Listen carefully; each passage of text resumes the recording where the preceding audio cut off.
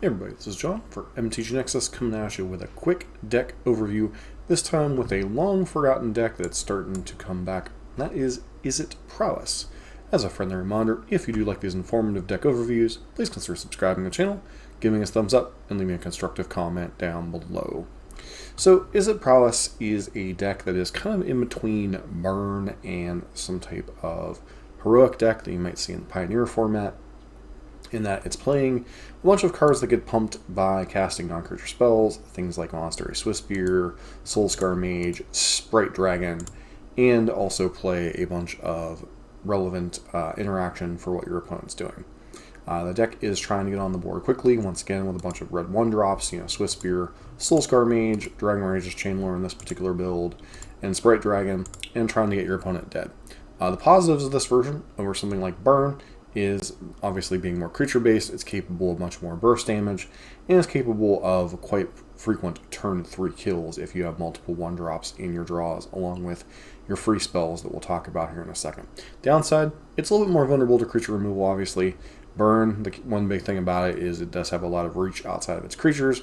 This deck only has a limited amount of burn with things like Lava Dart, Lightning Bolt, and you might see some other random things like Fork Bolt or the like played, but mostly you're seeing Lightning Bolt and Lava Dart. Beyond that, you're playing a bunch of free spells, things like Manamorphose, things like Mutagenic Growth, both protect and pump your creatures from removal, red-based removal, Lava Dart, especially on the flashback side, and you're just kind of putting a bunch of cards into play, or putting a bunch of prowess creatures into play, chaining a bunch of spells in one key big turn, and kind of killing your opponent from there. You also have the alternative ability to just kind of chip away, and then have a big turn. But more often than not, against uninteractive opponents, against decks like Tron and such, you're just trying to put your creatures into play, kill them as quickly as possible. You do have some ability to play a bit of a grinding game. You get to play very powerful cards. There are 2-for-1s like Expressive Iteration and Light Up the Stage. And you do have a little bit of interaction for bigger creatures in things like Unholy Heat and Vapor Snag to get them out of the way to kill your opponent as quickly as possible.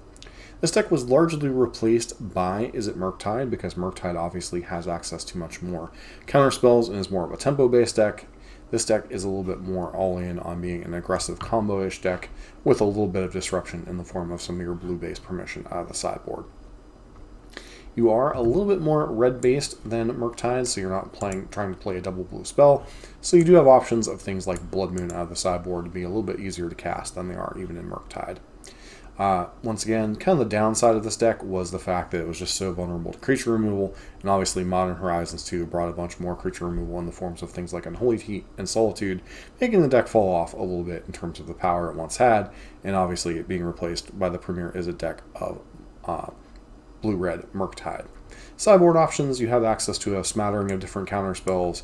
You can play things like Spell Pierce, Flusterstorm. Evasive Surgery is a new one, especially if you have Delirium, allowing you to deal with things like Rhinos or Living End. Also very good against Indomitable Creativity, especially if you're able to trigger Delirium, just getting rid of that. Vapor Snag, once again, we've already kind of talked about in the main deck, being able to deal with your opponent's creatures for a turn. Raise the Effigy. This is kind of a split card that's either destroy target artifact or target creature gets +2/+2, so you kind of get this split either removal spell or pump spell. More copies of Unholy Heat for bigger things you might need to kill. Blood Moon to disrupt your opponent's mana bases, especially all these 4 or 5 color decks that are out there, trying to play Leyline Binding and such. Also decks like Tron and Amulet and such helps to slow them down. Tormod's Crypts for any type of graveyard nonsense, and then you just get to play Giganta as kind of a cherry on top. Another variant, this is more akin to what you used to see before the printing of Dragon Rage's Chainlore. You would see things like Swiftspear, Soulscar Mage, Sprite Dragon, and Stormwing Entity. Now, obviously, Stormwing Entity is a 5-mana spell, but if you happen to play another spell during your turn, you can cast it for 2 and a blue less. Oftentimes, your ideal turn 2 play would be like turn 1, Swiftspear or Soulscar Mage, turn 2 Manamorphose in the Stormwing Entity, and then kind of set up from there. Obviously, Storming Entity doesn't have haste like some of the other stuff, but it does have a Scry 2 when it enters the battlefield, and it's a 3/3 flyer, which gives you access to 2 different flyers to threaten your opponent, especially if they're just trying to ground up the board with things like Tarmogoyf. Mishra's Bauble sees play in some numbers. Obviously, it's not the best. But, when you're playing Dragon Rage's Chandler, it never hurts to run as many free spells as you can. The main deck, not much. One other free spell you can run sometimes is Gut Shot. This is kind of a free mana or 0 mana, 1 damage spell that allows you to pump your creatures out of nowhere, deals with some mana dorks, deals with a Ragavan, etc. Obviously, Lava Dart, very good against those same mana dorks and Ragavan, in addition to pumping your spells, or pumping your prowess creatures. And then, obviously, Expressive Iteration allows you to recoup in the mid-game if your opponent happens to deal with your early threats. Whenever you're mulliganing with this deck, oftentimes you need to mulligan to at least having 1 creature in your opening hand, if not multiples, as you can often bet your creatures will die in the early turns against a lot of different decks. Sideboard in this one, a little bit different. No counter spells, but you are playing 1 more copy of Blood Moon. Playing a little bit more in terms of hate for the various Artifact and Urza Saga decks out there. Alpine Moon, once again, can kind of come in a lot of the same situations as Blood Moon, but this is more for like Urza Saga, Tron lands and stuff, kind of slowing them down. Torpor Orb, pretty good against the Elementals decks. Also good against humans when that pops up every now and again. Dragon's Claw, that's primarily there for the aggressive mirrors, especially Burn and the Prowess Mirror, which you don't see as much of. Pithing Needle when you need to shut down random annoying permanents of your opponents. And then obviously Tormod's Crypt when you need to deal with your opponent's graveyard shenanigans. Like I said, this deck is a deck that I piloted quite a bit back in the day whenever it was first coming out, when people were trying to figure out if this or Mono Red Prowess was the thing. And then when Clever Illuminancer kind of got printed, people were comparing Boros versus Izzet, which one was better. Honestly, Boros was a little bit faster, but more vulnerable because Illuminancer obviously being a 0/1. This deck obviously has a little bit of evasiveness with Sprite Dragon and Stormwing Entity, or, having Dragon Rage's Chandler or Sprite Dragon, Stormwing Entity. You have all these different possible flying creatures that can really pressure your opponent's life total, especially if they're relying on ground blockers. This deck might be very well positioned in the meta if it weren't for all the removal obviously flying around the format. Things like Fatal Push, Unholy Heat, Lightning Bolt, Path to Exile, Solitude, Leyline Binding. You have all these different things floating around the format, making creature-graced aggressive decks a little bit more difficult. But, with access to things like Expressive Iteration and Light Up the Stage, you do have ways to recoup card advantage. So it is worth noting that this deck is maybe a little bit better positioned than some other aggressive decks against heavy-based removal. But, it has kind of fallen off in the face of things like Murktide kind of taking its place in the format as a little bit better positioned deck overall.